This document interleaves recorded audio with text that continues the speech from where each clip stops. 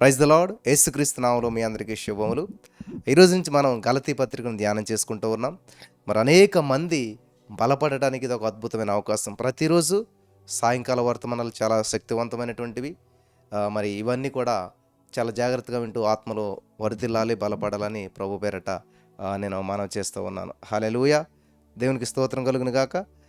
ఇక్కడ మనం గమనించినట్లయితే నా ప్రియమైనటువంటి సహోదరి స్నేహితులారా, పౌలు గారు రాసిన పత్రికల్లో గలతీ పత్రిక బహుశా మొదటిది మాత్రమే కాదు, మరి అది తీవ్రమైనటువంటి ఉత్తరం కూడా.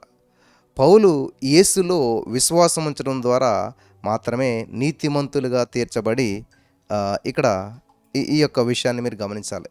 నీతిమంతుడిగా తీర్చబడి ఆయన దైవికమైనటువంటి జీవితాలు జీవించగలరనే సత్యాన్ని గురించినటువంటి బలమైన వాదన దీనిలో కనిపిస్తుంది. వినాలి. మన నీతిని బట్టి కాదు, మన ప్రవర్తన బట్టి కాదు, మనకి ఉన్నటువంటి అవకాశాన్ని బట్టి కాదు, కానీ ఇది ఎలాగ మనం నీతిమంతులు అవుతామంటే ఇక్కడ దేవుని వాక్యం యేసుక్రీస్తు ప్రభువులో విశ్వాసం ఉంచడం ద్వారా మాత్రమే నీతిమంతులుగా తీర్చబడతా ఉన్నాం అనేటువంటి సత్యం ఇందులో చాలా స్పష్టంగా వ్రాయబడి ఉన్నది. ఈ గలతీ పత్రిక ద్వారా మనం నేర్చుకునేటువంటి జీవిత పాఠం ఏంటంటే, ఉచితంగా మనం నీతిమంతులుగా తీర్చబడతా ఉన్నాము. ఈ సత్యాన్ని గ్రహించాలి. హల్లెలూయా, దేవునికి స్తోత్రం కలుగును గాక. జాగ్రత్తగా వినాలి. ఇక్కడ దేవుడు చెప్పేటువంటి అమూల్యమైనటువంటి సత్యాలు, అద్భుతమైన విషయాలు ఈ పత్రికలో దాగి ఉన్నాయి. ఇక్కడ దీని రచయిత పేరు పౌలు గారు. మరి అతడు తన యేసుక్రీస్తుకు ఒక అపోస్తులు అని చెప్పి పిలుచుకుంటూ ఉన్నాడు. అపోస్తులు అంటే ఏర్పాటు చేయబడినవాడు, పంపబడినవాడు, పిలువబడినవాడు. సో ఈ విధంగా నేనేమి శిష్యులకి సంబంధించిన మాత్రం అనుకోవద్దు, నేను వేరే వాడిని అనుకోవద్దు. నేను కూడా దేవుని చేత ఏర్పాటు చేయబడిన వాడిని, నేను కూడా పిలువబడినటువంటి వాడిని. హల్లెలూయా, దేవునికి స్తోత్రం కలుగును గాక. ఇక్కడ మీరు ఈ యొక్క గ్రంథంలో గలతీ పత్రికలో ఉన్నటువంటి ఉద్దేశం ఏంటంటే, అబద్ధ సువార్త ప్రకటనకు వ్యతిరేకంగా సువార్త సత్యాన్ని మరి స్పష్టపరిచి సమర్థించుకోవడానికి గలతీ పత్రిక రాయబడింది. ఈ పనిని పౌలు తన సందేశాన్ని అపోస్తులుగా తన అధికారాన్ని సమర్థించుకోవడం ద్వారా, సువార్త సందేశానికి పాత నిబంధన ఆధారాలను చర్చించడం ద్వారా పౌలు గారు బోధించినటువంటి సువార్త సందేశం అనుదిన క్రైస్తవ జీవితంలో ఏ విధంగా ఆచరణాత్మకంగా పనిచేస్తుందో నిరూపించడం ద్వారా చూపిస్తూ ఉంటారన్నమాట ఇక్కడ. హల్లెలూయా. ఇక్కడ బైబిల్లో అసలు ఎందుకని రాయబడ్డది, దీని పాత్ర ఏంటని మనం చూసినట్లయితే, అపోస్తులైన పౌలు గారి జీవితం, అతని కార్యకలాపాల గురించి ఎంతో సమాచారం గలతీ పత్రిక 1వ అధ్యాయం 13 నుంచి 2వ అధ్యాయం 14 వచ్చిన వరకు మనం చూడగలుగుతూ ఉన్నాం. ఇక్కడ ప్రియులరా, ఈ ఈ ఈ విషయాలు మనం ధ్యానం చేసుకుంటూ ఈరోజు ముందుకు వెళ్ళిపోదాం. మనుషుల మూలముగానైనను, వింటున్నారా, ఏ మనుషుని వలనైనను కాక యేసుక్రీస్తు వలనను ఆయనను మృతులను లేపిన తండ్రి దేవుని వలన అపోస్తులుగా నియమించబడిన పౌలని నేను. ఆమేన్, దేవునికి స్తోత్రం కలుగును గాక. దేవుడు నమ్మదగినవాడు, దేవుడు గొప్పవాడు, దేవుడు తెరిచిన ద్వారం ఎవరు మూయలేరు. ఈరోజు మీ జీవితంలో ప్రతికూల పరిస్థితులు ఎదురవుతూ ఉన్నాయి, ఊహకందనటువంటి కార్యాలు మీ జీవితంలో ఎదురవుతూ ఉన్నాయి. ఏం చేయాలో అర్థం కాదు, ఎలా జీవించాలో అర్థం కాదు, ఏ ఏ ఏ నిర్ణయం తీసుకోవాలో అర్థం కాదు. కానీ దేవుని నమ్మారు, ప్రార్థన చేస్తారు.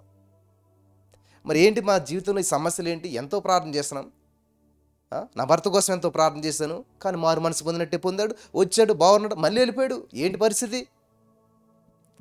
నీకు హాస్పిటల్కి వెళ్ళావు, నీకు జ్వరం వచ్చిందని చెప్పి థర్మామీటర్ వేశారు, చూశారు, 103 106 ఎంత ఉంది, ట్రీట్మెంట్ చేశారు డాక్టర్ గారు, తగ్గిపోయింది, ఇంటికి వచ్చావు, చక్కగా మళ్ళా నీ పని నువ్వు చేసుకున్నావు. ఊహించిన రీతిలో కొంతకాలం అయ్యేసరికి ఏమైందంటే, మళ్ళా తడిసావో, వర్షమో, వాతావరణమో, సంథింగ్ ఏదో ప్రాబ్లం వచ్చి మళ్ళీ ఫీవర్ వచ్చింది.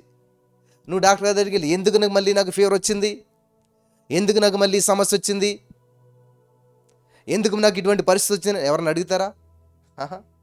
డాక్టర్ గారు మొన్న మంత కదా వచ్చాను నేను, మళ్ళీ నాకు ఎందుకు వచ్చింది ఫీవర్ అంటారా? నీకు తెలుసు సమస్య వచ్చిందా, ట్రీట్మెంట్ తీసుకోవాలి. హల్లెలూయా. మీలో ఎవరికైనా శ్రమ సంభవించినా అతడు ప్రార్థన చేయవలను. అంతే. నీకు శ్రమ వస్తే ప్రార్థన చేస్తూ ఉండాలి. శ్రమ రాకుండా కూడా ప్రార్థన చేస్తే, మనం లావ్ అయ్యాక ఎక్సర్సైజ్ చేస్తూ ఉంటుంటాం. ఈ మధ్య నేను ఫిజికల్ క్లాసెస్ మానేసాను కాబట్టి నాకు తెలిసింది నేను లావ్ అయ్యాను. నో, ఇట్లా కాదు, మళ్ళీ నేను స్టార్ట్ చేయాలి, మళ్ళీ నేను ఎక్సర్సైజ్ చేయాలి అనేటువంటి అవేర్నెస్ నేను తెచ్చుకున్నాను. అలా కాకుండా లావైనా సన్నమైన ఏదైనా మన పక్కన పెట్టి ప్రతిరోజు యాక్టివిటీ చేస్తూ ఉన్నాం అనుకోండి, ఆటోమేటిక్గా మన బాడీ ఫిట్గానే ఉంటుంది. కానీ మనకి మనిషికి ఉండే బద్ధకం ఏంటంటే సమస్య వచ్చాక సొల్యూషన్ ఎత్తుకుంటారు. వింటున్నారా? సమస్య వచ్చిన తర్వాత అప్పుడు సొల్యూషన్ వెతుక్కుంటారు. అందరికి ఉండేటువంటి అలవాటు ఇది, మనలో చాలామందికి ఉండేటువంటిది. సమస్య మనకి ఎదురైన తర్వాత అప్పుడు సొల్యూషన్ వెతుక్కుంటారు. Thank you Jesus. అలా కాదు, నువ్వు ఆల్రెడీ సొల్యూషన్ ఉంటే సమస్య వచ్చిన వెంటనే ఇచ్చేసేయచ్చు అనమాట. ఫర్ ఎగ్జాంపుల్, మీరెవరు ఒకరికి బాకీ ఉన్నారు, వాళ్ళు వచ్చి మిమ్మల్ని అడుగుతుంటే గందరగోళం అయిపోతారు. ఎందుకని మీ దగ్గర డబ్బులు లేవు. ఎవరో మీకు అప్పు ఇచ్చారు, మీరు వాళ్ళ అప్పు తీర్చాలి మీకు తెలుసు. ఆల్రెడీ మీరు సిద్ధం చేసి దగ్గర పెట్టుకున్నారనుకో, వాళ్ళు ఎప్పుడు వచ్చేటప్పుడు ఈజీగా ఇచ్చేస్తారు. గౌరవం కదా, నీకు మనశ్శాంతి, నీకు టెన్షన్ ఉండదు. ఇప్పుడు అంతా టెన్షన్స్లు, బాధలు, సమస్యలు, ఇబ్బందులు. ఎందుకనంటే అప్పు చేశారు, కానీ మరి డబ్బులు ఎలా ఖర్చు పెట్టారని చెప్పి తెలియదు. కానీ మీకు తెలుసు ఇప్పుడు ఇచ్చేటువంటి పరిస్థితి లేదు. వాళ్ళు చూస్తే వచ్చారు, వస్తారని తెలుసు, అంతే గందరగోళం. ఇంకా అక్కడ నుంచి ఇంకా మన వల్ల కాదు, ఇంకేం చేయాలో అర్థం కాదు, ఎలా సమాధానం చెప్పాలో తెలీదు. అప్పుడు ప్రార్థనలు అనమాట. ఏమని? వాళ్ళు రాకూడదని ప్రార్థన చేయండి, వాళ్ళకి మంచి మనసు ఇవ్వాలని ప్రార్థన చేయండి. ఇలాగ మనం ఏం చేస్తా ఉన్నాం. అందుకనే అప్పిచ్చువాడు, వింటున్నారా, అప్పు తీసుకున్న వానికి యజమాని అంట, అప్పు తీసుకున్నవాడు అప్పు ఇచ్చిన వానికి దాసుడు అంట. నువ్వు అప్పు చేస్తున్నావంటే దాసుడు అయిపోతున్నావు గుర్తు చేసి అప్పు చేయాలి. బ్రదర్, మీరు ప్రసంగాలు చెప్పడానికి బాగానే ఉంటాయి, కానీ అప్పు చేయకుండా ఎలా నడుస్తుందండి? ఈ పరిస్థితి ఎలా ఎలా ఎలా జరుగుతుంది అసలేని? దేవుడు చెప్పాడు కదా, నేను అప్పు ఇచ్చేవానిగా చేస్తానని చెప్పాడు కదా. మరి దేవుడు ఎందుకు చెప్పాడు? ఆ మాట ఏమైపోయింది? నువ్వు దేవుని మాటను తీసుకోవాలి, కానీ దేవుని మాటను తీసుకుని అప్పు చేయకుండా ఉండడానికి ప్రయత్నించాలి. కానీ అప్పు ఇచ్చేవానికి చేస్తానని ఆ వాక్యం పనిచేయదా నీకు? ఆ వాక్యాన్ని పట్టుకోలేవా? ఆ వాక్యాన్ని తీసుకోలేవా? ఆ వాక్యాన్ని అనుసరించలేవా? ఆ వాక్యాన్ని పాటించలేవా? నో. ఏదో సమస్య వస్తుంది, అప్పు చేసేస్తారు, అంతే. అక్కడ దేవా నాకు సాయం చేయదేవా, విడిపించదేవా. అడుసు తొక్క నేల, కాలు కడగ నేల. అర్థమైందా? ఆ పేడలో, మట్టిలో, బురదలో అడుగేయటం ఎందుకు? మళ్ళీ కడుక్కోవటం ఎందుకు? అసలు అడుగు వేయకపోతే నీకు అంత టైం వేస్ట్ అవ్వదు కదా, అంత మానసికమైనటువంటి ఒత్తిడి రాదు కదా. మంచి బట్టలు వేసుకుని వెళ్తా ఉన్నావు, తెలియకుండా ఏం చేసావు? పేడ ఆ మట్టిలో, బురదలో అడుగేసావు, అందరిలో షేమ్ అయిపోయావు. ఇప్పుడు ఎక్కడ వాటర్ ఉంటుందో తెలియదు, గందరగోళం. వెతుకుని వెళ్ళి అక్కడికి వెళ్ళి కడుక్కుని ఇదంతాను. ఈ లోపల నీ జర్నీ లేటు, నువ్వు వెళ్తున్న పని లేటు, అక్కడ ఇది బట్టలు వేస్ట్, ఇదంతా గందరగోళం ఎందుకు అయిపోయింది? తొందరపడి నడిచిన వాడు దారి తొలగిపోతాడంట. వింటున్నారా? తొందరపడి నడిచిన వాడు దారి తొలగిపోతాడు.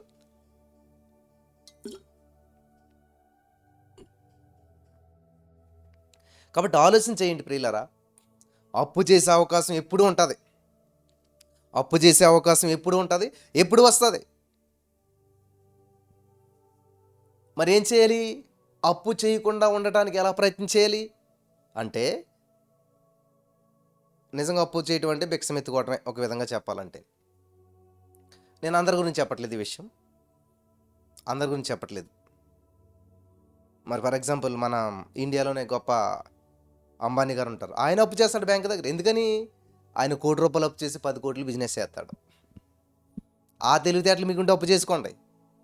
అంతేగాని మీరు ₹1,00,000 అప్పు చేస్తారో, ₹1,50,000 ఖర్చు పెడతారు, కానీ తీర్చరు. ఇంకా ఎక్కడి నుంచి తీరుతారు? ఎలా తీరుతారు? రాదు, అంతే. అక్కడి నుంచి దానికి వడ్డీలు, ఇంట్రెస్ట్లు అన్నీ పెరిగిపోయి గందరగోళం అయిపోయి, అలా అడిగితే నీ దగ్గర లేదు, ఖర్చు పెట్టేసావు కదా. ఎలాగొస్తుంది? ఏదో వస్తుంది అనుకున్నావు, అంతే. గాల్లో పెట్టి ఇప్పుడు అప్పు చేయకూడదు. ఏదో ఇది అవుతే చేద్దాం, అది అవుతే చేద్దామని కాదు. ఒకవేళ నువ్వు అనుకున్న అవ్వకపోయినా సరే, నీ దగ్గర ఏదైనా అమ్మేసి ఇచ్చేసిలాగా ఉండాలి అప్పు చేసామంటే. కాబట్టి బైబిల్ గ్రంథంలో ఏముందంటే, నీతిమంతుని పిల్లలు భిక్షం ఎత్తుకొనరు. ఆమేన్. అర్థమైందా? భిక్షగాళ్ళని మనం ఏమంటాం తెలుగు భాషలో? మనం చెప్పాలంటే అడుక్కునే వాళ్ళు అంటాం. అర్థమవుతుందా? అంటే బాధగా ఉంటుంది. మీలో చాలామంది అప్పుల్లో ఇరుక్కుపోయి ఉన్నారు, అప్పుల బాధల్లో బాగా నలిగిపోయి ఉన్నారు. కాబట్టి అంటే మేము బెగ్గర్స్లా కనిపిస్తున్నామా, మేము అడుక్కునే వాళ్ళకి కనిపిస్తున్నామా? అంతే కదా. ఎన్నిసార్లు అడుగుంటారు మీరు అప్పు ఇవ్వమని? అప్పు ఇవ్వండి, బ్యాంక్ చుట్టూ తిరిగారు, అన్ని చుట్టూ తిరిగారు. పిల్లలు, నేను చెప్తున్నాను, నేను హౌస్ కట్టుకున్నాను కానీ అప్పు అడగలేదు ఎవరు. నేను పెళ్లి చేసుకున్నాను కానీ అప్పు తీసుకున్నాను. నేను ఎలాగంటారేమో, మరి మీకు చెప్పాలి కదా, నేను అప్పు చేయలేదని మీరు అనుకోవద్దు. అప్పు చేశాను నేను. అప్పు చేశాను, దానికి రూ. 5 ఇంట్రెస్ట్ కట్టాను, చాలా బాధలు పడ్డాను. అతి కష్టం మీద దాన్ని తీర్చడం జరిగింది. తర్వాత నా వివాహం వచ్చినప్పుడు నేను ఎవరి సపోర్ట్ తీసుకోలేదు. నేను ఎక్కడైతే పని చేస్తున్నానో, ఎక్కడైతే క్లాసెస్ చెప్తున్నానో, ఇప్పుడు నాకు ఈ నెల జీతం, నెక్స్ట్ నెల జీతం, ఈ అన్ని నెలల జీతం కలిపి నాకు ఇచ్చేసేయండి, నేను క్లాస్ చెప్పి తీరుతానని చెప్పి తీసుకుని ఏం చేశానంటే ఆ డబ్బులన్నీ కలిపి జాగ్రత్తగా చేసుకుని, వింటున్నారా, జాగ్రత్తగా చేసుకుని కొంచెం మిగిల్చుకుని నెమ్మదిగా మేనేజ్ చేసుకుని వచ్చి మళ్ళా నా జీవితాన్ని ప్రారంభించి క్లాసెస్లో నెమ్మదిగా చెప్తూ తీర్చేశాను. మళ్ళీ తిరిగి నేను డబ్బులు ఇవ్వలేదు, కానీ వాళ్ళకి ఆ డబ్బులకు తగినటువంటి పని చేసేసాను. హల్లెలూయా. మీలో ఎవరికి నచ్చి ఉండవద్దు, అచ్చి అంటే అప్పు ఉండొద్దు, ఎవరికి అప్పు ఉండొద్దు. కానీ ఏసైకి ఎప్పుడు అప్పు ఉంటాం మనం? ఏసై నిన్ను సృష్టించాడు, స్తుతించడానికి సృష్టించాడు, నన్ను దేవుని గణపరచడానికి సృష్టించాడు, దేవుని మహింపరచడానికి సృష్టించాడు. హల్లెలూయా. కానీ ఇది మానేసేసి మనం ఏం చేస్తాం? పని, ఒత్తిడి, బాధ, చింత, ఇందులో మునిగిపోతాం. అసలు పర్పస్ ఏంటి? దేవుని స్తుతించడానికి, దేవుని మహింపరచడానికి. ఈ పర్పస్ అంతా పక్కకి వెళ్ళిపోతుంది. గమనించాలి నా ప్రియమైనటువంటి సహోదరి స్నేహితులారా, ఈ పర్పస్ అంతా పక్కకి వెళ్ళిపోతుంది. కేవలం దేవుణ్ణి స్తుతించట్లేదు, మనం దేవునికి ప్రార్థిస్తున్నాం. ఏమని? నా సమస్య, నా బాధ, నా ఇబ్బంది ఇదంతాను, వింటున్నారా, దేవుని దగ్గర తీసుకోవడానికి ట్రై చేస్తున్నాం, దేవునికి ఇవ్వటం లేదు. కాబట్టి మన జీవితంలో అప్పులు చేసేటువంటి పరిస్థితి ఏర్పడుతుంది. కానీ పట్టుదలగా ఉండు, దేవుని కొరకు రోషంగా నిలబడు. దేవా, నీ వాక్యం ఇదిగో, నువ్వు ఇలా వాగ్దానం చేస్తావు, వాగ్దానం చేసినవాడు నమ్మదగిన వాడు. వాగ్దానాన్ని నేను నమ్మట్లేదు, కానీ వాగ్దానం చేసి నిన్ను నమ్ముతున్నాను. ఆ వాగ్దానాలను అవును ఆమెను అనేసావు కదా, నువ్వు అని నెరవేర్చేసావు కదా. కాబట్టి నువ్వు ధనవంతుడు అయింది, దరిద్రుగా వచ్చి నన్ను ధనవంతుడిగా చేసావు కదా. ఇది ఆల్రెడీ అయిపోయింది, మళ్ళీ నేను ఎందుకు దరిద్రులను అనిపించాలి? ఈ సమస్య నాకు ఎందుకు ఉండాలి? ఇంత డేర్నెస్ మనకి ఎప్పుడు మాట్లాడడం అసలు ఈ వాగ్దానం పట్టుకుని ఇలా మాట్లాడడం, ఎనాలిసిస్ చేయి. మనం ఏం చేస్తాం? ఒక వాగ్దానం తీసుకొస్తాం, గోడకు పెడతాం, జీవితాంతం దాని వైపు చూస్తూనే ఉంటుంటాం. నన్ను చేస్తాడు దేవుడు, నన్ను చేస్తాడు. వాస్తవం ఏంటి తెలుసా? వాగ్దానాలన్నీ అవునామెన్ అయిపోయాయి. వాగ్దానాలన్నీ అయిపోయినాయి. కానీ నువ్వేం చేస్తావు? ఇంకా ఎదురు చూస్తావు. నా జీవితంలో ఇప్పుడు వాగ్దానం నెరవేరుతుందా? నా జీవితంలో ఇప్పుడు వాగ్దానం నెరవేరుతుందా?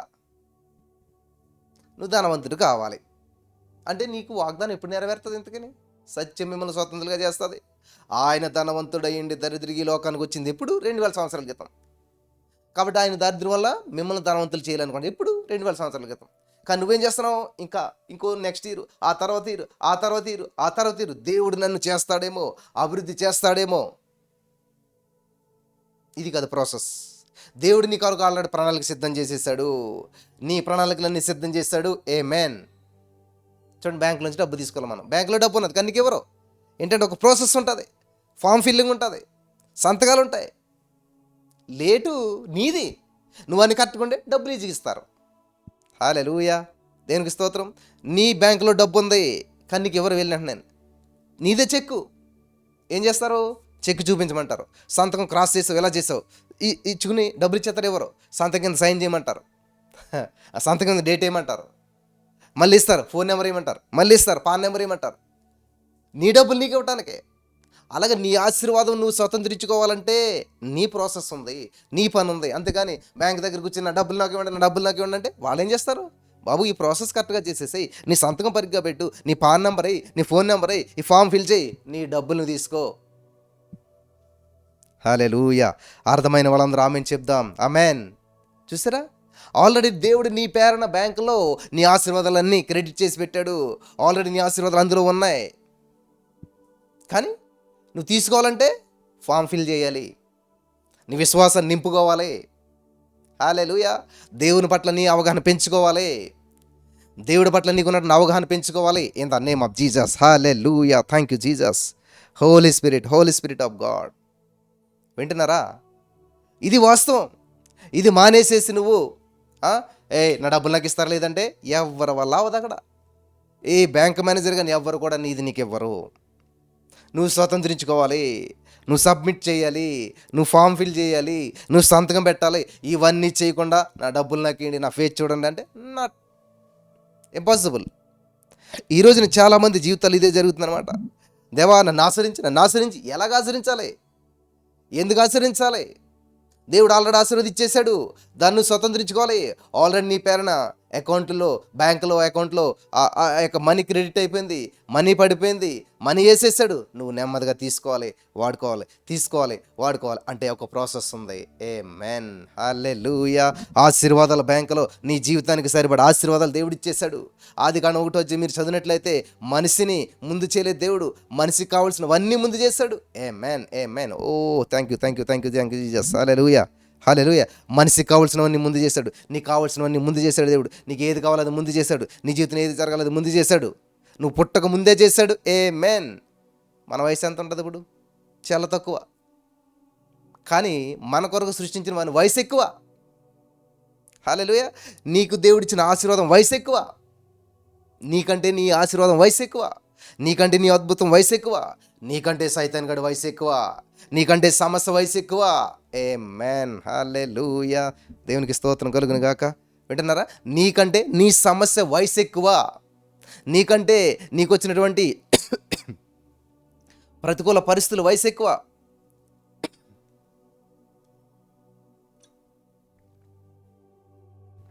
అప్పు సమస్య ఎప్పుడు ఉంది? నువ్వు పుట్టాక కాదు, నువ్వు పుట్టకముందే అప్పు ఉన్నది.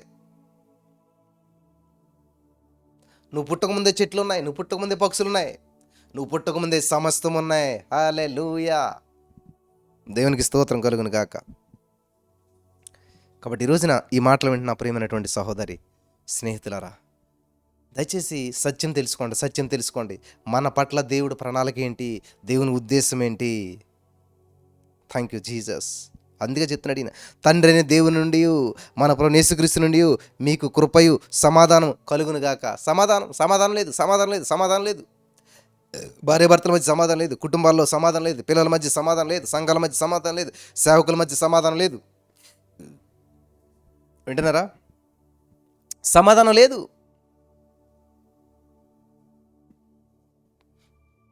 ఆమేన్. అదే చెప్తున్నాడు దేవుడు, మీకు సమాధానం కలుగును గాక. హల్లెలూయా.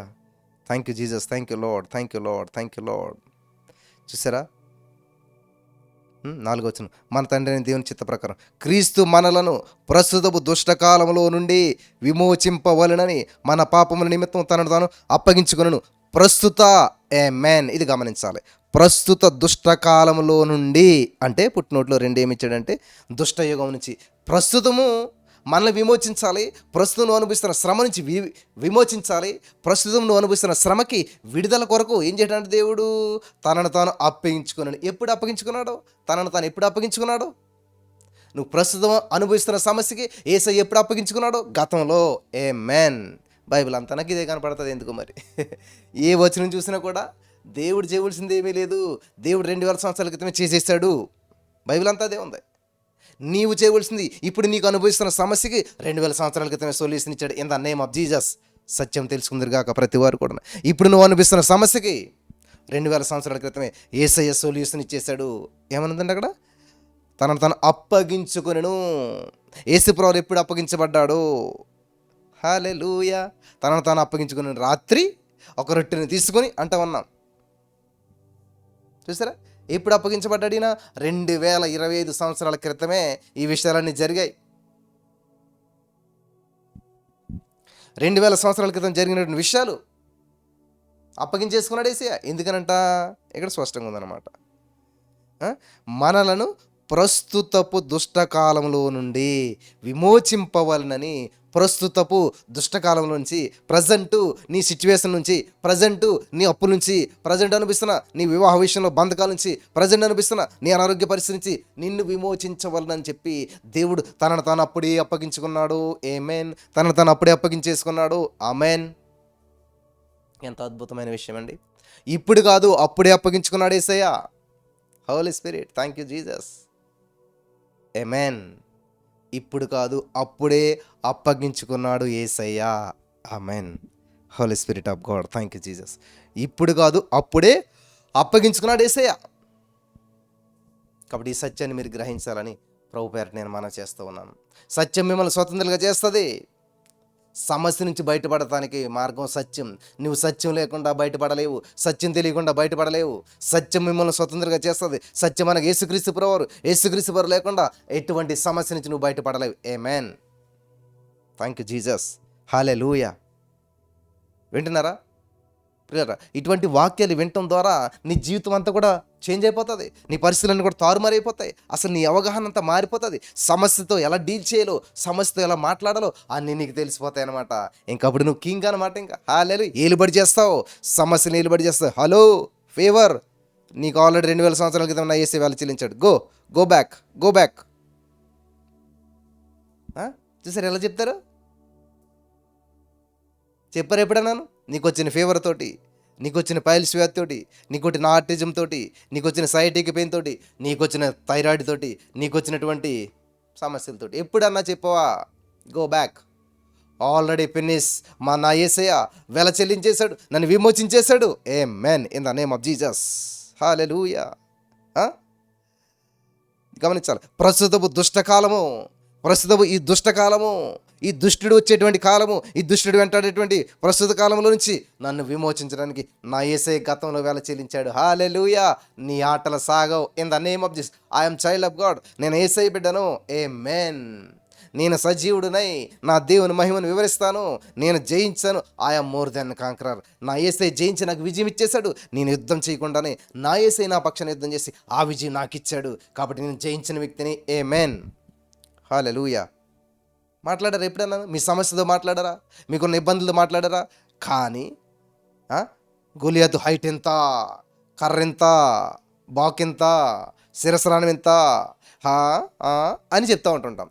కానీ ఎప్పుడన్నాను నీ దేవుడు అంత గొప్పవాడు, ఆకాశాన్ని అంత కూల్చాడు. Amen. In the name of Jesus. Hallelujah. భూమిని శూన్యంలో వేలాడదీశాడు. ఈ గొప్పతనం చెప్పుకోవడం మానేసి నీ సమస్య గురించి చెప్తావు ఎందుకని అసలేని? హల్లెలూయా. ఇదిగో సమస్య, నా యేసయ్య శూన్యంలో భూమిని వేలాడదీశాడు, ఆకాశాన్ని జాంతో కొలిచాడు. ఆకాశాన్ని ఉత్తరం ఇవ్వాలి, ఒక చీరను మడతెట్టినట్టుగా ఆకాశాన్ని మడతెట్టేస్తాడు నా యేసయ్య. అంత గొప్ప దేవుడి దగ్గర నువ్వు ఉండగలుగుతావా? నా తండ్రి ఎవరో నీకు తెలుసా అని నీ సమస్యకు నీ తండ్రి గొప్పతనాన్ని వివరించు. నువ్వు సమస్యల్లో కూడా వివరించు, నువ్వు బంధకాల్లో కూడా వివరించు. ఆమేన్. ప్రతికూల పరిస్థితులు కూడా ప్రభువుని మహింపరచండి. ఆమేన్. రోషం కలిగి జీవించండి. 10 మందిని ప్రభావితం చేయండి. 10 మందిని ప్రభు వైపు నడిపించండి. 10 మందికి ప్రభు శక్తిని చూపించండి. శక్తివంతమైన జీవితం జీవించండి. ఆమేన్. హల్లెలూయా. మొదట ఆయన రాజ్యాన్ని, నీతిని వెతుకు. అప్పుడు డబ్బు నిన్ను వెంబడిస్తుంది, మనుషులు నిన్ను వెంబడిస్తారు, జ్ఞానం నిన్ను వెంబడిస్తుంది, ఐశ్వర్యం నిన్ను వెంబడిస్తుంది, ఆస్తులు నిన్ను వెంబడిస్తాయి, బంగారం నిన్ను వెంబడిస్తుంది, వెండి నిన్ను వెంబడిస్తుంది, గృహాలు నిన్ను వెంబడిస్తాయి. In the name of Jesus. Favour నీ మీద ఉంటుంది. Amen. Thank you Jesus. Hallelujah. నీకు ఏది కావాలో అది దేవుడికి నీకు తలంపు పుట్టక ముందే తెలుసు. కాబట్టి నువ్వు ప్రయాసపడ అవసరం లేదు. ప్రభు నందు మీ ప్రయాస వ్యర్థం కాదు. కాబట్టి ప్రభు కార్యాభివృద్ధి అంది ఎప్పటికీ ఆసక్తులు ఏంటంటే ప్రియులారా, ఆసక్తి విషయంలో మాంజులు కావద్దు. 4 రోజులు మార్నింగ్ ప్రేయర్ చేస్తాం, చీకటితోటి లేసి, అప్పుడు చలి వస్తుంది, శీతాకాలం వస్తుంది కాబట్టి అంతే దుప్పడ ముసుగు కమ్మేసేసి ఇంకా లేవాలనిపించదు. మనసులో లేవాలంటే కానీ లేవలేవు. పరిస్థితులు నిన్ను ప్రభావితం చేయకూడదు, చలి నిన్ను ప్రభావితం చేయకూడదు. Amen. Hallelujah. Thank you Jesus. Hallelujah. శీతాకాలంలో శాలరీ మారుతుందా మీకు? శీతాకాలంలో శాలరీ తక్కువ ఇస్తున్నారా?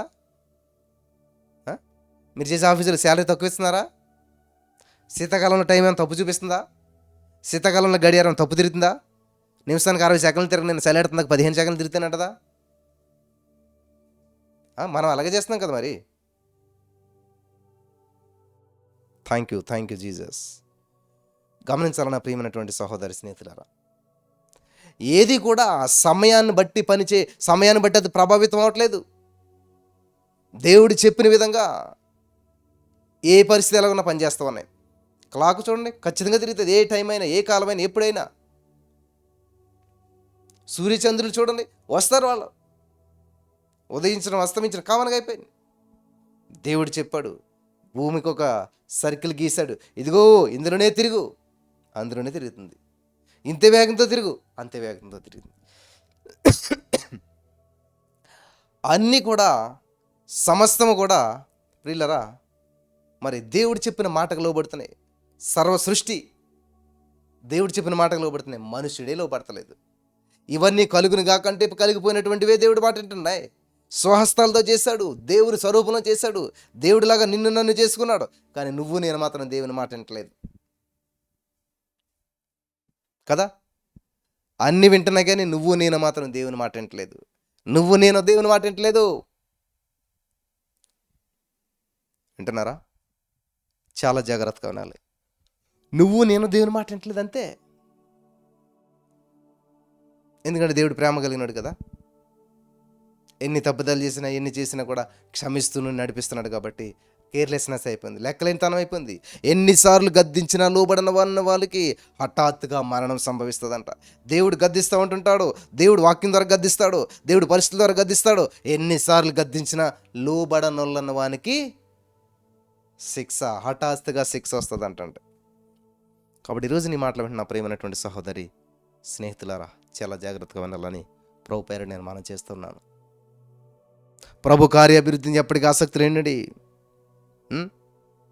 క్రీస్తు మనలను ప్రస్తుతపు దుష్టకాలంలో నుండి, ప్రస్తుతం ఏం కాలం అంట? దుష్టకాలం. మనుషుల్లో ప్రేమ లేదు, భార్యాభర్తల మధ్య ఐక్యత లేదు, కుటుంబాల్లో సమాధానం లేదు, సంఘాల్లో క్షేమం లేదు, సేవకుల్లో మరి ఐక్యత లేదు. ఏం కాలం అంటండి? దుష్టకాలం. దుష్ట మనుషులు, దుష్ట సాంగత్యం మంచి నడవడిని చేరుపును అని ఉన్నది బైబిల్లోను. దుష్ట సాంగత్యం మంచి నడవడిని చేరుపుతుందంట. కాబట్టి అంత దుష్టుడు నిలబడి చేస్తున్నాడు. ఏం కాలం అంటే ఇది? దుష్టకాలంలో. వాస్తవం తెలుసా? నువ్వు దుష్టకాలంలో ఉన్నామో, నువ్వు ప్రతికూల పరిస్థితిలో ఉన్నామో, ఈ దుష్టకాలం నుంచి దేవుడు నిన్ను విడిపించడానికి ఆల్రెడీ ప్రణాళికని సిద్ధం చేసి ప్రాణాన్ని పెట్టేశాడు, తను అప్పగించేసుకున్నాడు. ఆమేన్, హల్లెలూయా. దేవునికి స్తోత్రం కలుగును గాక. తను అప్పగించుకున్న దేవునికి ఏంటంటే మహిమ, యుగ యుగంలో మహిమ కలుగును గాక. Amen, in the name of Jesus. తాను అప్పగించుకున్న దేవునికి యుగ యుగాలు మహిమ కలుగును గాక. ఆమేన్. ఈ సత్యాన్ని మీరు గ్రహించాలి నా ప్రియమైనటువంటి సహోదరి స్నేహితులారా. ఈ సత్యాన్ని మీరు గ్రహించాలి. పరిశుద్ధాత్మ దేవుడు మరి మీకు గ్రహింపునివ్వాలి, గ్రహింపునిచ్చి నడిపించి బలపరచును గాక. ఆమేన్.